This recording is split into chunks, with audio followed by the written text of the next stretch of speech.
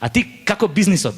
Викам, бизнисот, како? Никако, викам, се делат тендери таму у 4 очи, викам, али се надам дека со оваа новава реформаторска влада, дека конечно ќе има пари, ќе цветаат инвестиции, економијата ќе цвета, бизнисот ќе цвета, стопанството ќе цвета, сите ќе цветаме.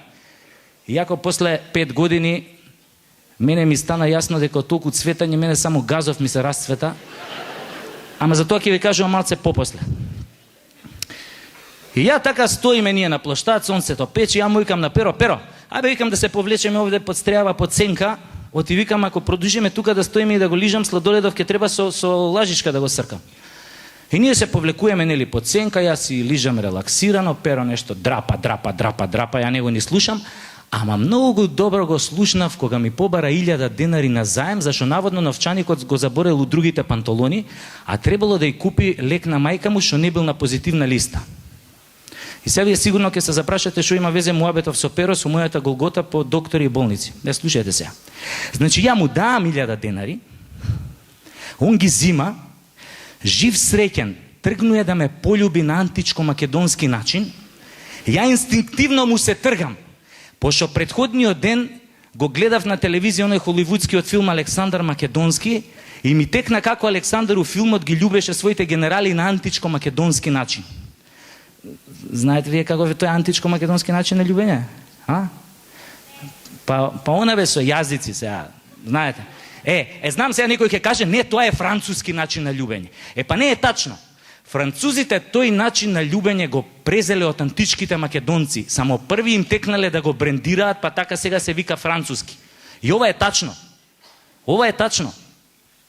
Паско ми кажа.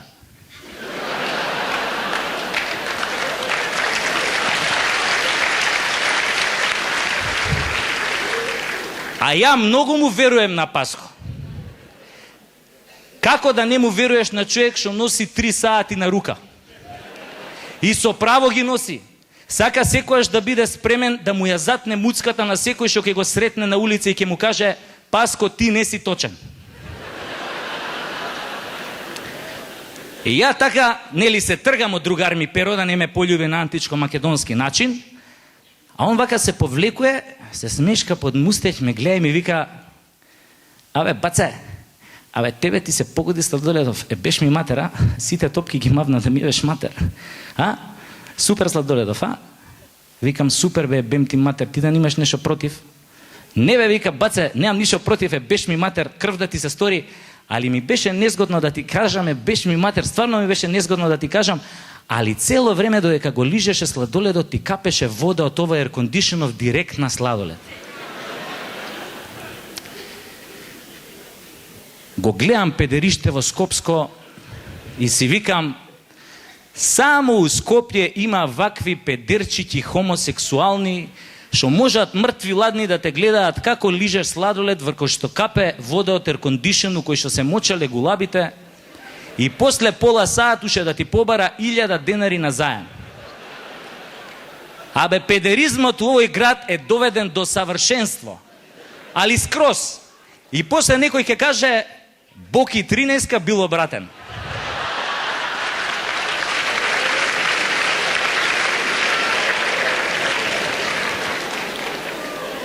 А никој не се прашуе од кај научил Боки 13 да биде таков? Да не растел случајно у Београду па тамо го учеле?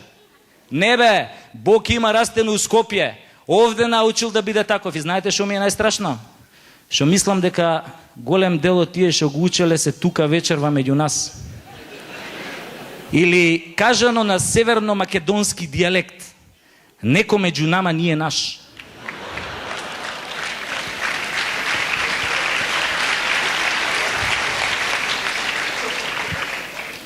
И така ми се направи некоја шубе од тоа еркондишенот, некоја кнедла ми застана у грло, вака кревам глава горе, шо да видам? Климата, Ниш, производња 1984, а горе на неа седнале 2 голуба, им вибрираа тоа газињата од тоа климата и ме гледаат право у очи као да сум првиот рикнат од птичи грип у држава. Леле, луѓе, ко ми се врати сладоледот у Ждрик, А ждригот која ми замириса на птичја кака. Викам, абе, кај најдов да лижам сладолед која пола свет леп нема да јаде, бе. И ко ми се направи еден немир на душата, и све почнав да мислам на оние бактериите што почнаа да ми се размножуваат у грло од тоа лајната на гулабите. Уствари така започна мојава приказна. Седнав у кола, правец кај матичната, таа беше бивша професорка на медицински факултет, треба да иде у пензија, али не и сиде, мириса на земја уште ординира. И ја влагам кај неја и она место да ме праша шо ти е, шо те боли, па ја да и се пожалам дека сум се најал птичи лајна. Она мене фати за политика. Кажи те па нашиве на изборите, а? Кажи каква нова влада имаме. Кажи каков лидер имаме. Млад, па каков оратор е, па каква дикција има, па каква харизма, катаклизма. Еј, викам, докториве одма знаат која страна да ја фатат.